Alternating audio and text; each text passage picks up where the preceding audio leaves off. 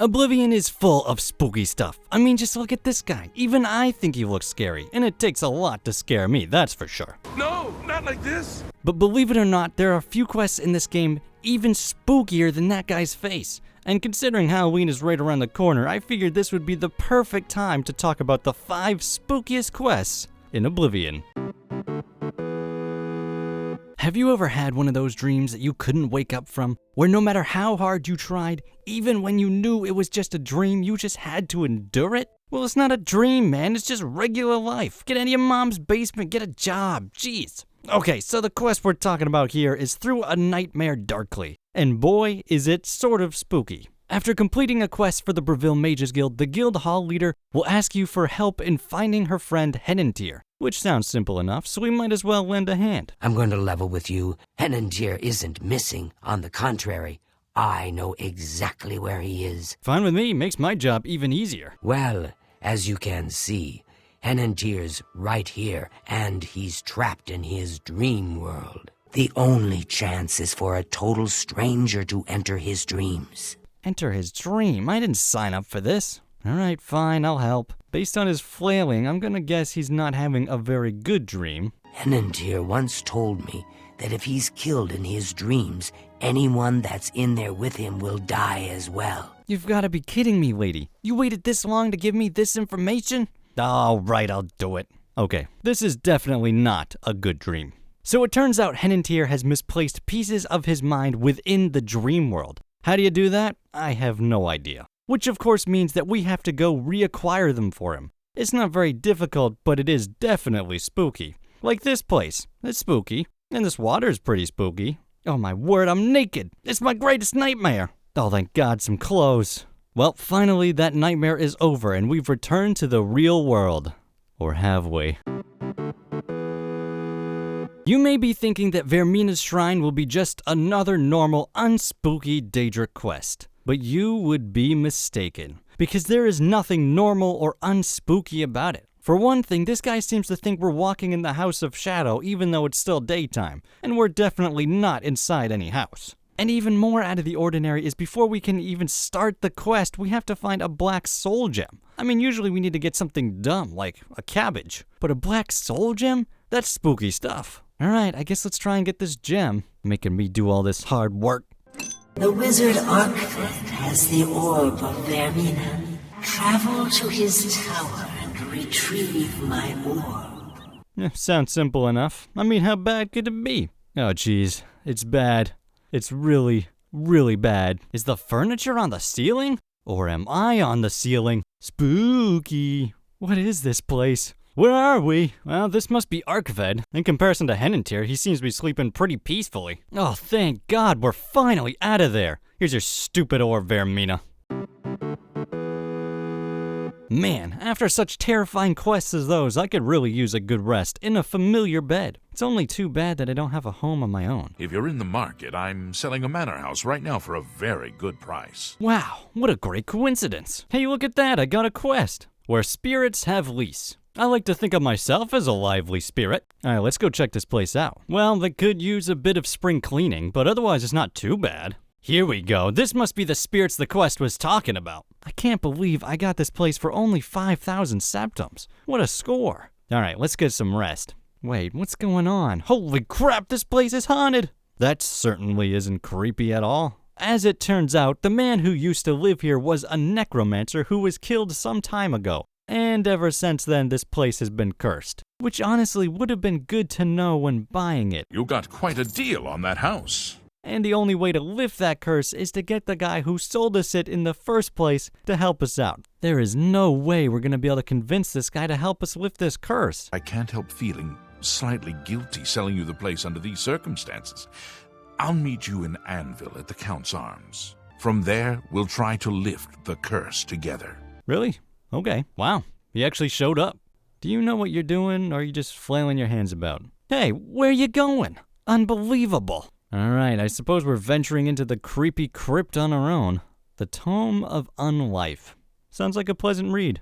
Well, this must be the necromancer. Doesn't look like he's doing too good. I am Lorgren Belarus, and I desire the chance to atone for my sins. rejoin my hand to my body. Only then, when I am complete, will this eternal nightmare end. Yeah, because this couldn't possibly be a trick. All right, let's see where this goes. It never fails to amuse me how easy mortal man is to manipulate.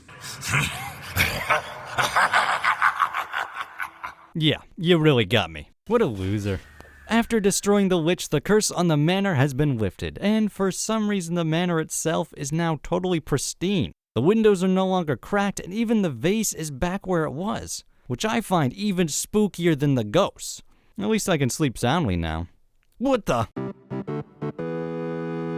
If you've ever visited the city of Coral, then you've probably run into the Argonian Dharma. And you may be asking yourself, what's so spooky about a friendly Argonian? Well, it's not Dharma herself that's spooky, it's what comes next. After meeting Dharma and then leaving the city for a few days, the next time you return to Coral, you'll discover that the friendly Argonian has gone missing. After talking with her mother, we learned that Dharma was traveling to a nearby village called Hackdirt, which is just a horrible name for a village. Well, I suppose we should look into it. After arriving at Hackdirt, it becomes pretty obvious that something is not right about this place. For one, everybody seems so grumpy all the time. Let me give you some advice, stranger.